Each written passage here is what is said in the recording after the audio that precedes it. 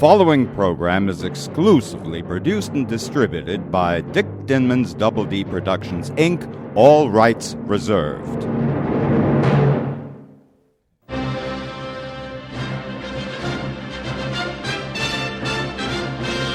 Hi, Golden Age film fanatics, and welcome to DVD Classics Corner on the Air. My name is Dick Dinman, and our goal is to become your exclusive guide to the very best of the Golden Age classics coming out on DVD. We'll have reviews, breaking news of upcoming releases, plenty of surprise guests, and a special feature devoted to the great Golden Age film composers, which we call Cinemusic. So let's turn on the marquee and lights, camera, action.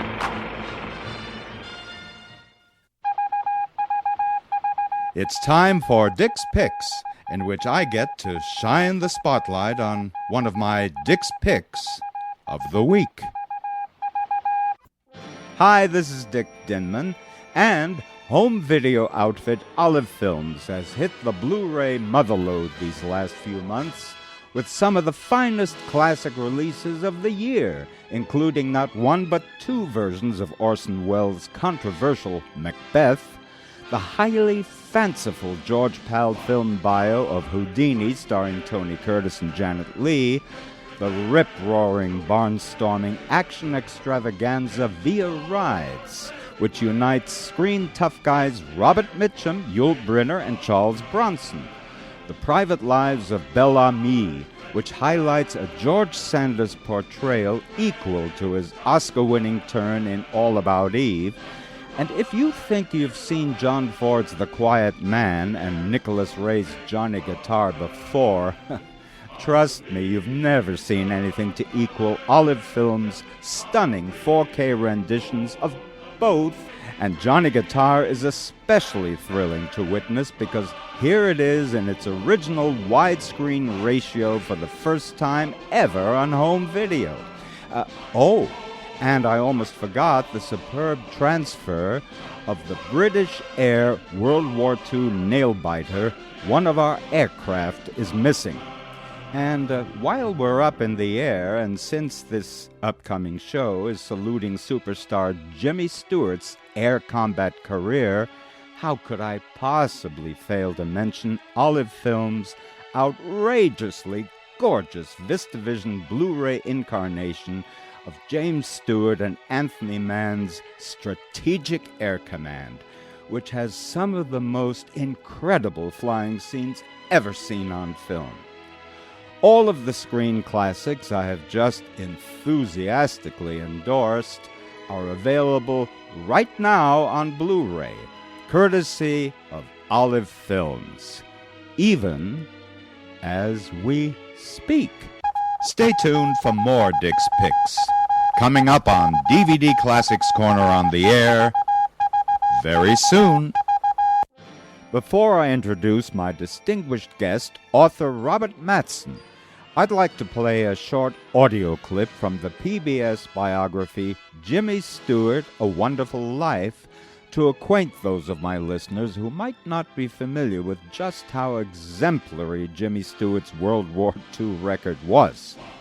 The narrator is Johnny Carson, and among the voices you'll hear are Major General Ramsey D. Potts, Walter Matthau, and President Ronald Reagan. His next big role was not in the movies. Jimmy Stewart was drafted into the United States Army on March 22nd, 1941, almost 9 months before Pearl Harbor. I was drafted. I keep saying that's the only lottery I've ever won. You know, there are 5, 6, 7 million people, and my number was 380. I went to go for a physical, and I weighed 130 pounds, and they say, don't weigh enough. Well, there was so much hullabaloo about this, so I went down to the same guy, and I said, how about just changing the number on what I weigh? Let's get this going. Ladies and gentlemen, I'm very proud to be here. I'm going to do my very best to be useful as a soldier in the United States Army. The Army Air Corps got something of a bargain in Jimmy Stewart, already an experienced pilot. By January 1942, he'd won his wings and was determined to do everything necessary to fly combat duty. I went to 4-engine school at Hobbs, New Mexico, and I came back to Boise, Idaho, and instructed in B-17s and B-24s, and then finally they gave me a squadron. In November 1943, Jimmy was sent overseas to Tibenham, England. 11 days later, he led a raid against Germany's big naval base at Kiel. Now I have my own outfit, a heavy bomber squadron. So we are very proud to be here, and we're going to do our best to be useful as soldiers in the United States Army. He had flown a number of combat missions before he came to be the operations officer of the 453rd Bomb Group, which I commanded. And he flew some very dangerous missions. And on some of those missions, he was designated as the command pilot. On one occasion, as many as 14 groups, and each group might send out as many as 25 or 30 airplanes. So it was a very large armada of heavy bombers. He was a flyer and a lieutenant colonel, and I was a staff sergeant. And I used to go to the briefings because I used to like to listen to him, do his Jimmy Stewart. And I used to watch the way people would relate to him. And they would relate to him as though he were a movie star for a while. And then they'd forget all about that and realize that he was one of the boys. He was calm under pressure and inspired confidence in the men. And he could be a disciplinarian. I saw all of those characteristics in him. But at the same time, he still had that wonderful, relaxed manner that you see in a lot of Jimmy Stewart's movies. I mean, he came through as a real person. You're reluctant to talk about your time in the service, even though you came out as a brigadier general. And you were a real-life hero, and you were an officer in charge of men. And I suppose every man that's ever been in combat is scared. How did you learn to handle it yourself? Oh, I did just as much as everybody else. I mean, everybody is scared, and you just had to handle that, and I prayed a lot. He was a combat pilot. He went on many difficult, dangerous combat missions. He was a superb group operations officer and did everything that you could ask of a brave American officer. Jimmy Stewart is reluctant to talk about his war experiences. Those memories are private, but he cares about them very much, and on several occasions has returned to air bases in England with other veterans. After his discharge, he elected to stay in the Air Force Reserve for many years, serving with the Strategic Air Command. It's Air Defense Command's responsibility to make sure that the other fella, if he decides to come on over, that he won't get through. He even made a feature film called Strategic Air Command. Jimmy Stewart spent 27 years in the Air Force. At his retirement in 1968, he received the Distinguished Service Medal to go with his many other honors, including the Distinguished Flying Cross, the Air Medal, and the Croix de Guerre. A few years later, helping his friend Ronald Reagan on the campaign trail, Brigadier General Stewart almost got promoted. Here he is, Ronald Reagan. The MC would introduce Jimmy Stewart, and then Jimmy would introduce me. And in almost every instance, the MC would stress Jimmy's picture career and all. And I would get up and then sort of say my apologies to the MC, but in Hollywood, we think of another side of Jimmy Stewart too, and then I would go into his war record, and I would wind up saying, Major General Jimmy Stewart. And then one night, we got there, and the MC did include his war record and finished saying, Brigadier General Jimmy Stewart. So I got up and said, I apologize, but Major General Jimmy Stewart. On account of he's a major general in the Air Force Reserve. We got back to the hotel that night, and Jimmy caught up with me, and he said, Ron, he said that fella tonight was right. It is Brigadier General. He said, I just never corrected you because it sounded so good.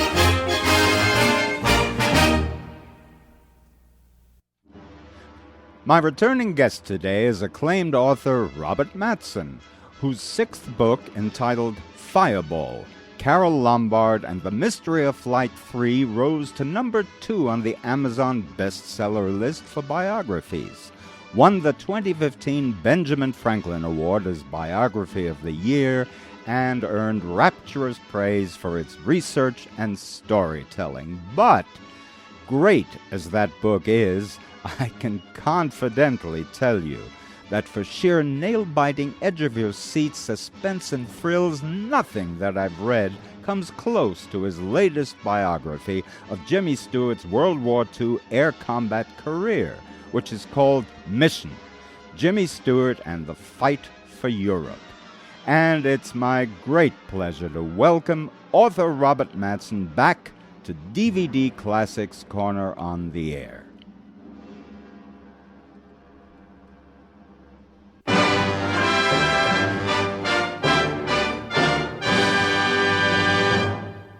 Robert Matson, welcome back to DVD Classics Corner on the Air. It's marvelous to have you back on the show, and welcome. Thank you, Dick. It's wonderful to be back, and I am a big fan of yours. Well, it goes both ways. I'm a double fan of yours because you were on our show, what was it, about a year ago?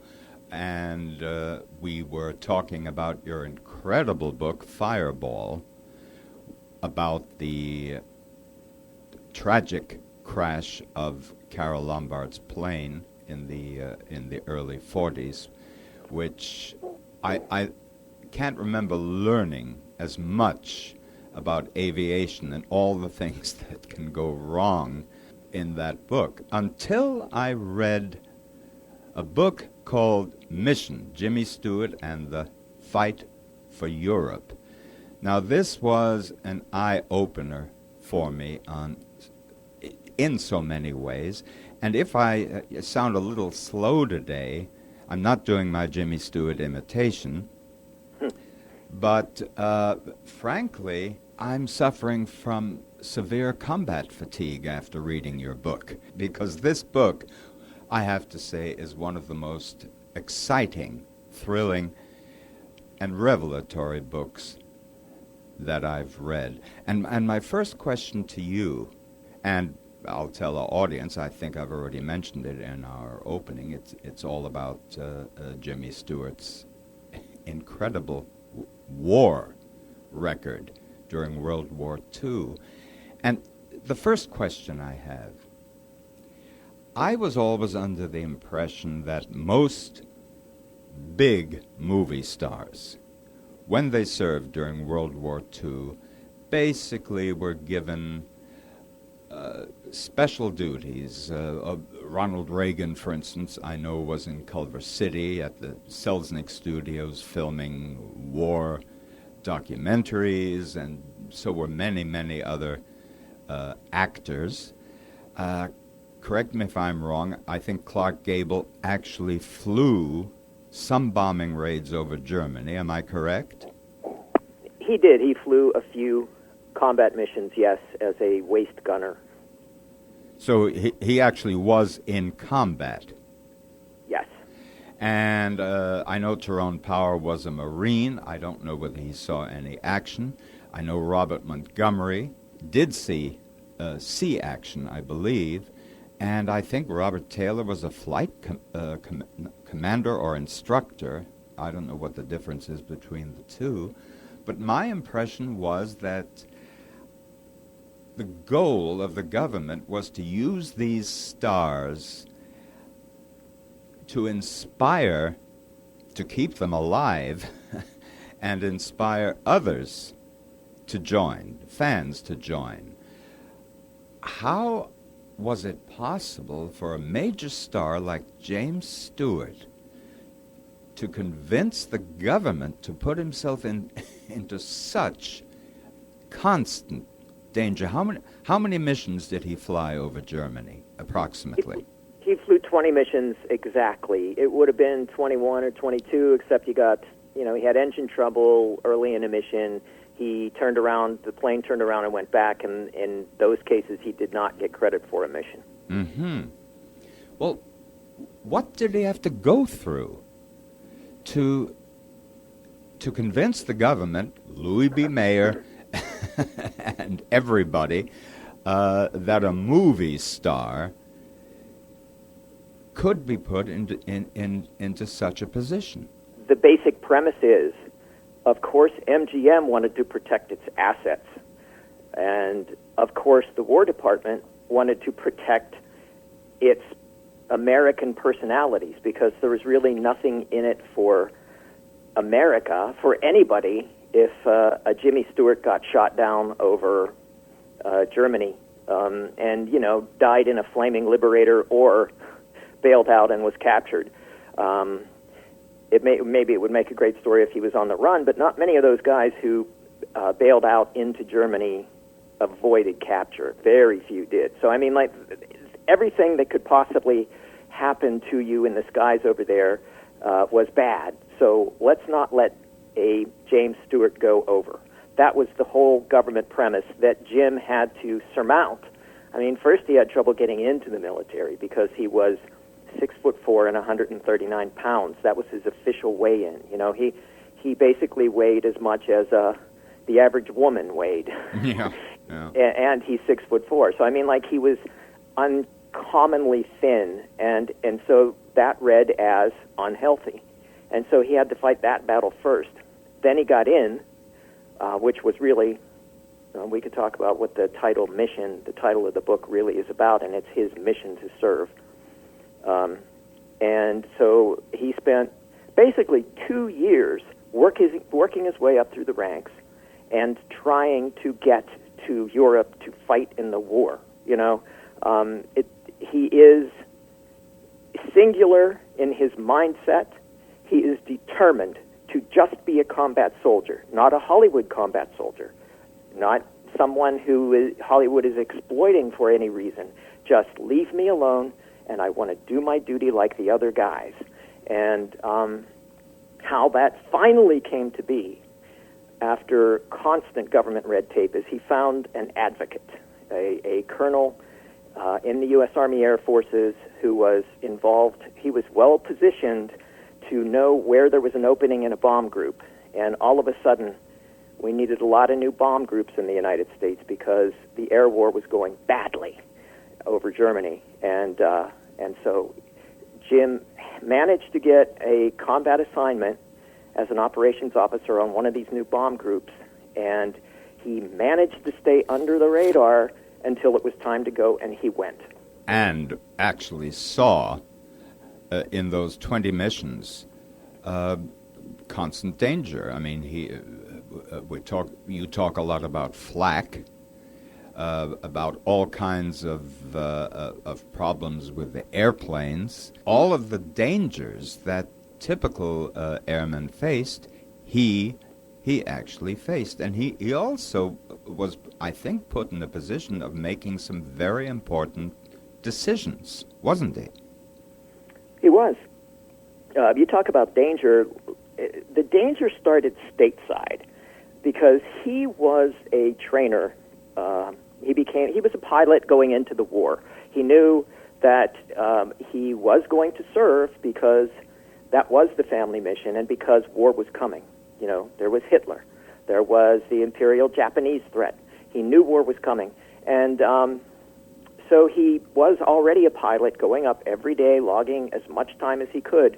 Then when he became a trainer of 2- and 4-engine bombers stateside, that's when the danger really started, because those planes were, B-17 was a pretty stable plane. That's the Flying Fortress. That's the one, the Memphis Belle and all that, 12 o'clock high. That's the B-17. The B-24 Liberator, the bomb group he was assigned to, the 445th, was a B-24 group. The Liberator had problems. It had superior qualities in some ways over the B-17, but it was a dangerous airplane. And there were a fair number of accidents of B-17s and crews killed in training. A lot more than you would think. The honor rolls that you see, that you pass in your town today, I'll bet you there's at least 1 or 2 of those guys died in a training crash stateside. Well, some of and this to me was an amazing opener, you talk about this so-called Liberator, or B-24, which, by the way, you have a very interesting sentence in your book where you say, and I'm quoting, Stewart wondered whether the B-24 Liberator plane might be Germany's secret weapon. And some of your statistics as to how many things went wrong with this plane, fuel tank leakage, blowing up in air, extremely poor design.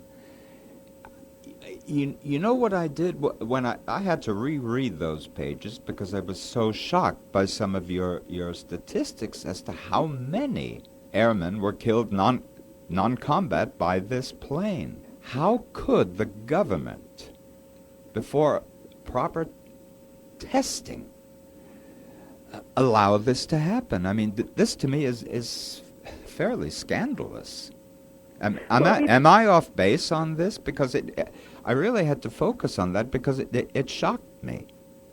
It's hard to say if you're off base because the B-24 was a workhorse. You know, it was one of two heavy bombers that we had.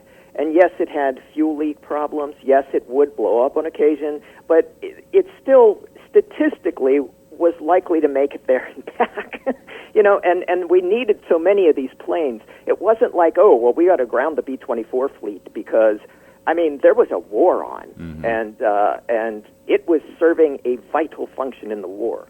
So there were, you know, it's called acceptable losses, really. You know, and that's what it is. And it's 10 men here or there when that plane blows up, yeah, but, you know, 24 out of 25 planes are going to get to target even if one blows up. So we're going. It's a mission today. Well, were these statistics fairly typical with other planes like the B-17?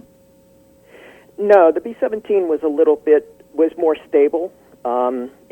Theoretically, a four-engine bomber can lose an engine, can have some sort of a failure, and still get back, and theoretically the B-24 can too. But the problem is the fuel leak, and it's a systemic problem, and it got better with every new model of 24 that came online, but it was never completely solved. And there was one mission when Jim became a squadron commander. He spent the first 4 months of the war as a squadron commander of his war in 1943-44. And on one mission, one of his planes just disappeared on its way to form up to go to Germany. And that's Lieutenant Earl Metcalf and his crew. Their B-24 disappeared. And it was one of those, you know, mid-air explosions with nothing left that you could identify over the North Sea at that time. And so he was just gone. His crew was just gone. And that was just a letter home that Jim had to write. I'm sorry, Mr. and Mrs. Metcalf, your son's gone. And nothing was ever found? Nope.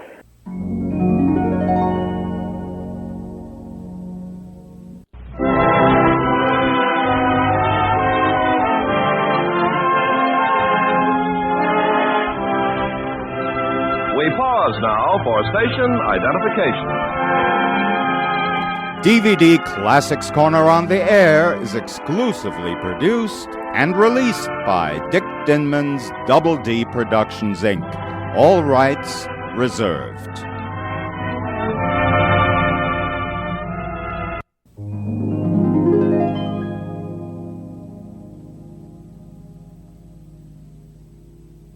Robert, what inspired you to write this book? How long did it take for research? The research is remarkable. It covers so many bases, and there's so much new information. And we're talking about a gentleman, Jimmy Stewart, who barely ever, if ever, after the war, would discuss anything connected to his experience. So it must have been very challenging for you to follow through on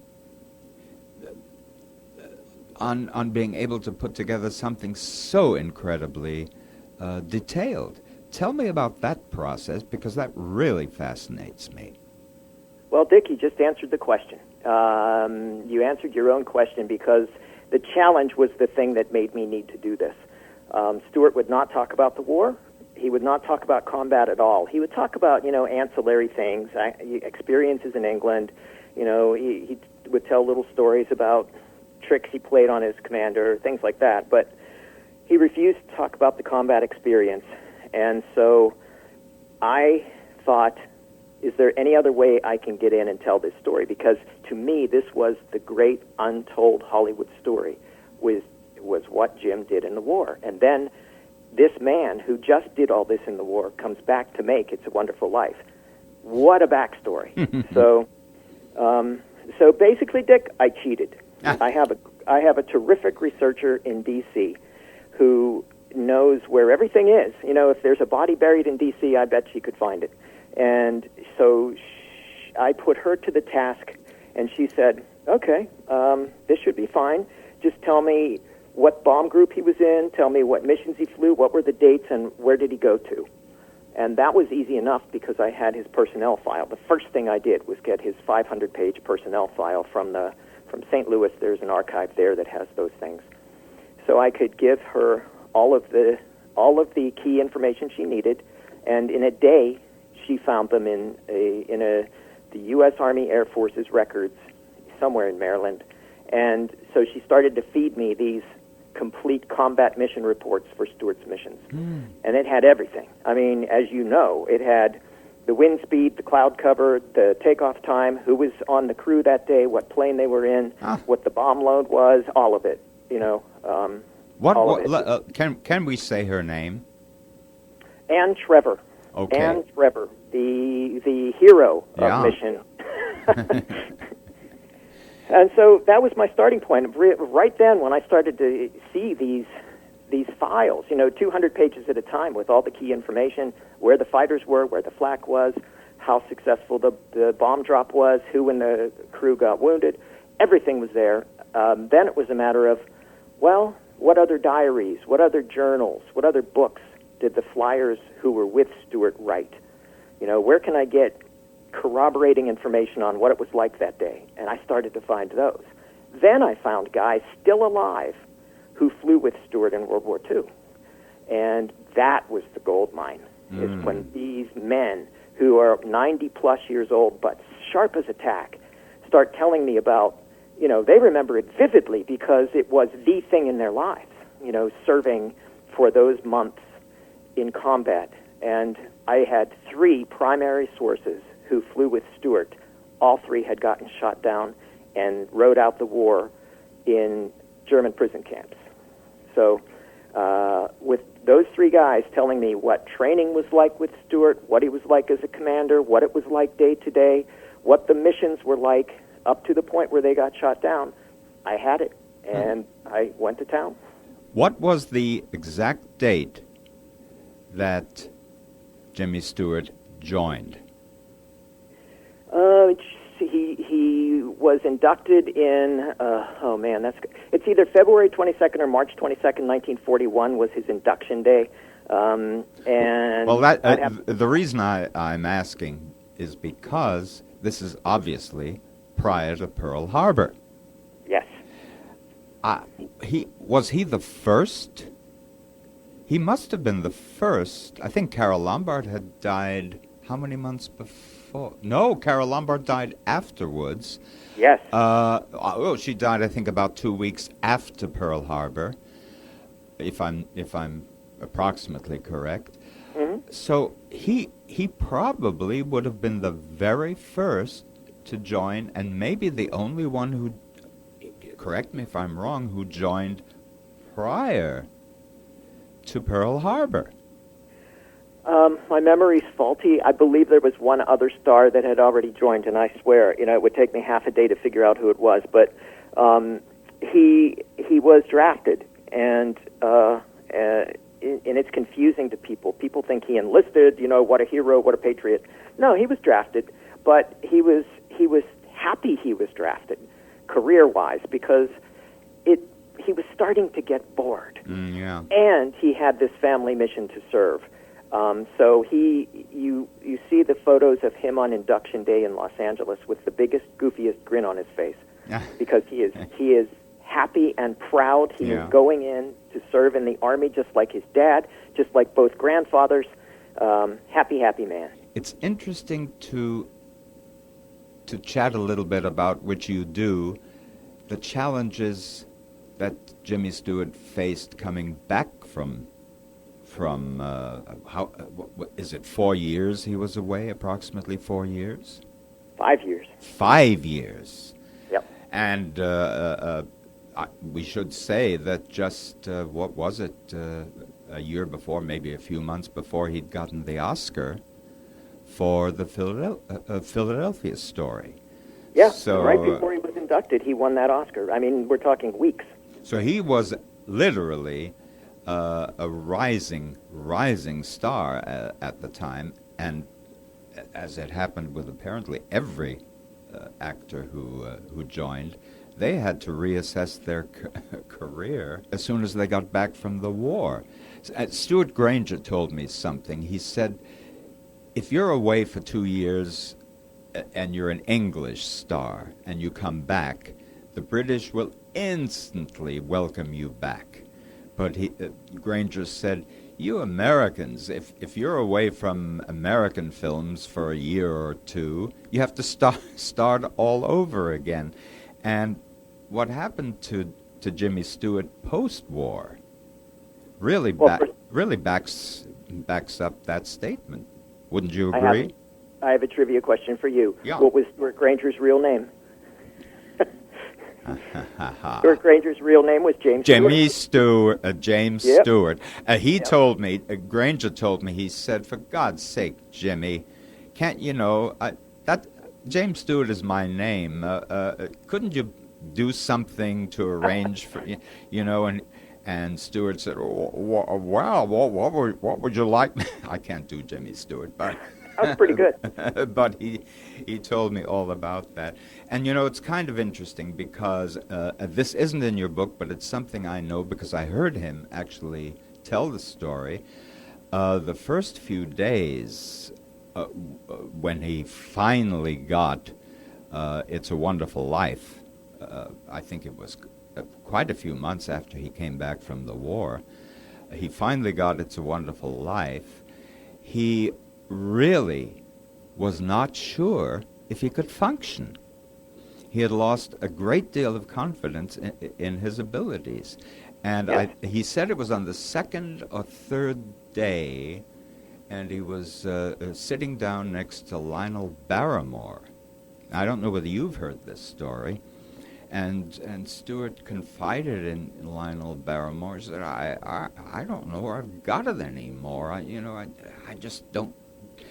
I may have lost everything. And Lionel Barrymore turned around and said, well, I've never heard of anything so ridiculous in my life. You don't lose what and that gave him a pep talk, which helped him tremendously.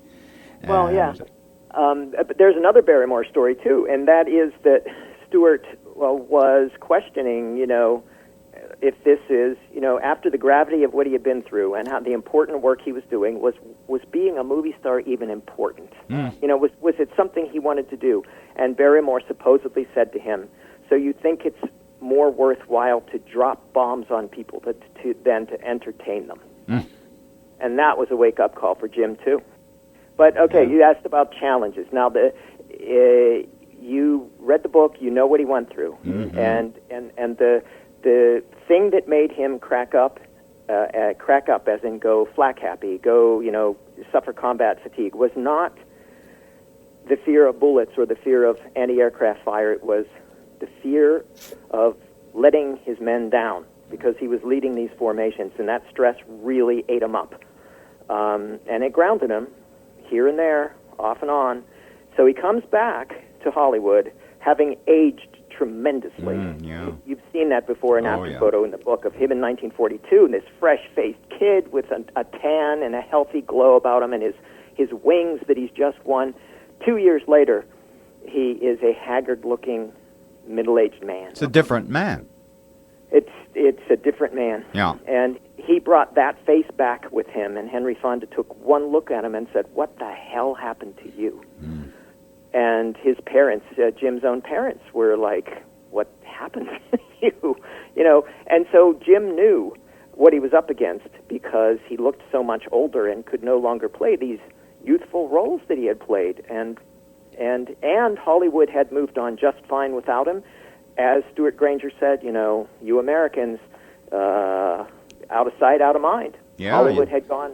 Yeah, who needs you? We got Van Johnson and Dana Andrews, you know. Exactly, and Cornell Wilde. And Gregory Peck, and this new crop of stars that's come along, and they all play the roles that you can't play anymore. So that was Jim, and that caused quite the crisis in confidence for Stewart and for Frank Capra, who had just come back from his own war experience. What also surprised me is, and this is very uncommon for Louis B. Mayer to agree to, actually, once the MGM stars came back, they were given big welcomes. I mean, Clark Gable was given a huge welcome. Unfortunately, he was put into a series of bombs, such as Adventure, and they greeted Robert Taylor by putting him in a very inappropriate role, which he was actually excellent in a film called Undercurrent, playing a villain. So all the stars faced challenges, but they all returned, I think without exception, the major stars, to their home studios. I'm very surprised that Jimmy Stewart, his career was not continued at MGM, although he had one hit picture at MGM during the 40s called Stratton's Story, and another MGM film in the late 40s with Spencer Tracy, which was a big disappointment, called Malaya. But he was not under exclusive contract to MGM. This is very unusual for Louis B. Mayer. Do you have any idea how that came about? Did Stewart not want to continue at MGM? I can speculate, and I have to say this is speculation. I think it's two things. I think Stewart was disenchanted with MGM, and I think Louis B. Mayer was not happy with Jim. I think Jim was considered expendable because, yes, he was a war hero, but he had aged so badly. And I also think it was a personal thing because Louis B. Mayer's business decision was, okay, you'll come back to MGM, but it's going to be to star in a biopic about your war experiences. And Jim said, no, I won't. Yeah. You know, because he was in a dark place. He was suffering PTSD. He didn't want to relive those experiences, and that became a lifelong commitment not to relive them. So, there was I think, a mutual decision to sever, and Stewart had just hooked up with Lew Wasserman as his agent. You know, multi-talented, ultra-powerful Lew Wasserman, a visionary who foresaw for Jim success as an independent, and that he took that ball and ran with it. Well, and how? Because James Stewart was the very first star, and this is courtesy of Lew Wasserman, to get a tremendous profit participation at Universal International with a little film which I consider a masterpiece called Winchester 73. And I think basically he worked for scale of very little and got a huge chunk of the profits, which were considerable. And he was the very first major star to get this kind of a deal. This was a whole new ball game. You know, it was the era of television coming in. It was the era after the de Havilland decision when there were no longer these exclusive contracts. He rode the wave, you know. He was a surfer riding the wave. He was brilliant. Stewart made a fortune and then another fortune, you know, doing just that. He was lucky to have Universal International at the time that was spearheading that effort. And yeah, I mean, Winchester 73 is a brilliant picture. And then he followed it up with so many other ones, and each one was a stretch role for him, playing a dark person, which is, you know, which well, is I part mean, of the people say his acting style changed. I would say that certain qualities, that haunted, relentless intensity that he displayed in Winchester 73 and Naked Spur and some of these Anthony Mann films, I think was accented very much courtesy of, I think, Anthony Mann's inspiration. I do see signs of it in Mr. Smith Goes to Washington. And, for instance, I look at Shop Around the Corner and certain scenes with Joseph Schildkraut, and you can see this intensity and passion and relentless quality under the surface. He brought it to the surface in the 50s, and I will say it was the 50s which was the big era for James Stewart. He was not a superstar in the 40s, but he certainly was a superstar in the 50s, going to about the mid 60s. Would you agree with that? Yeah, absolutely. And I think you're spot on. I think that he was a brilliant actor, but the war experience connected him to even more gears, you know, in his engine, and gave him more power, just more and more power. And I think he continued into the 60s when he was given a chance, even though he made those silly comedies in the 60s just to cash in, like in Shenandoah, for example. You know, a one last terrific performance. Yeah. Given the challenges of an anti-war film, for crying out loud. But and that one scene always made me uncomfortable when his son Glenn Corbett gets shot off his horse, and Stewart just loses his mind, and he's strangling this this kid. Where does that come from? It's you see it in picture after picture, and it's the dark side of Stewart that he found. And sadly, it's the last time he displayed that. He did do a film called Fool's Parade, which in 1970, I believe, which was the last time he had a starring role. I feel, unfortunately, that he sold out during the 60s, and I think that may have been the reason that Anthony Mann quit, and their relationship broke up, was because Stewart wanted to return to this folksy image, which he thought was where the money was, mistakenly. And I think if he had stuck to that, and I'm only speculating, and maybe I'm getting off track, but it bothered me during the 70s that he was doing these horrible cameos in terrible movies. Yeah. And I say it's a result of the fact that he basically caved in and didn't participate other than playing sort of a Jimmy Stewart caricature of himself. Can I defend him here? He was facing what all actors face, which is aging, and he was aging badly, and he was going deaf.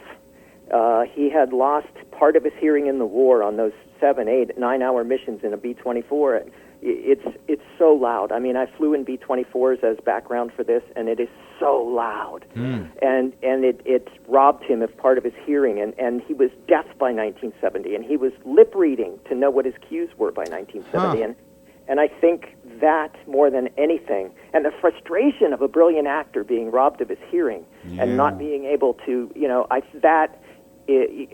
talked to a lot of people who interviewed him at that time, and they talked about how he just couldn't hear the questions. You know, it was frustrating for both sides, and it was so sad. And so I don't know what he could have done. I think Fool's Parade's a great picture. It's so offbeat for him. It really, it was a little too much for me when I saw it. Unexpected. Wow. Yeah. Talk about Jimmy Stewart with one eye. It's unsettling. Yeah, very unsettling.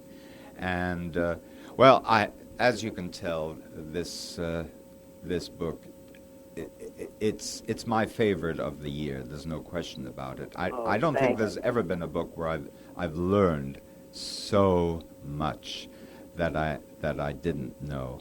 And it's called, I will tell our audience, Mission, Jimmy Stewart and the Fight for Europe.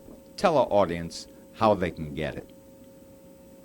Well, the easiest place, of course, is Amazon. Everyone goes to Amazon.com. You can also go to the publisher's website if you want an autographed copy, and that's www.goodnightbooks.com, and that's Goodnight with a K-N-I-G-H-T, as in Knights of Old, goodnightbooks.com.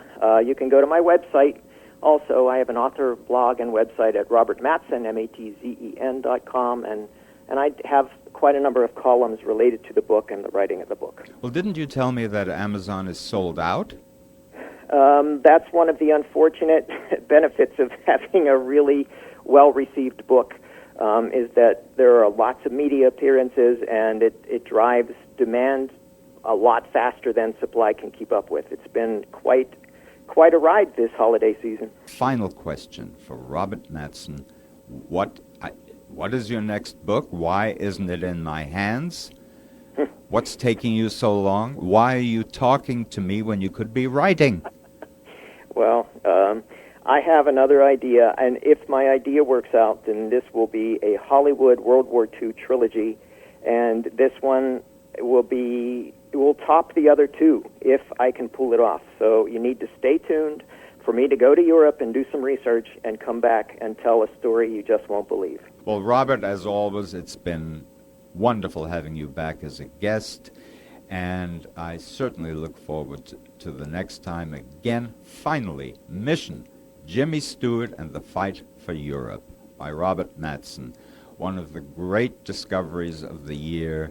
You'll be literally on the edge of your seat when you read this book. And congratulations on a wonderful achievement, Robert. Thanks again for taking the time. No, I love it. Honestly, you are one of my favorite people to talk to about these things because you're so knowledgeable and you're so complimentary. Who wouldn't want to talk about a book with you? Well, that's my show for today. DVD Classics Corner on the Air is conceived, written, produced, and directed by me, Double D.